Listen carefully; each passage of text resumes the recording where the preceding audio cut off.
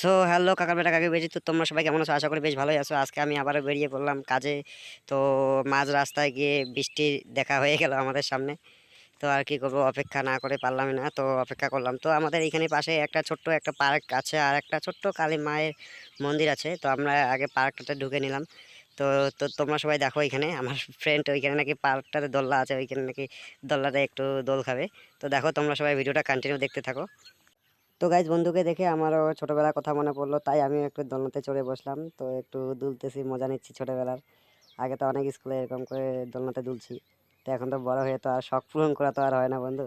তো তারপরে আসলাম মা কালী মন্দিরের সামনে, এসে একটু ভিডিও করে নিলাম। তো বন্ধুরা তোমরা সবাই দেখো, মোবাইলের ক্যামেরা কোয়ালিটি খুব একটা বেশি ভালো না, তাই মা কালীকে ঠিক মতো দেখা যাচ্ছে না। আর ওইদিকে দেখো একটা স্টেজ কত সুন্দর।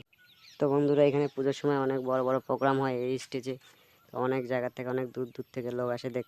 তো বন্ধুরা, এই ভিডিওতে বেশি কথা বলতেছি না, দেখা হচ্ছে পরে নেক্সট ভিডিওতে।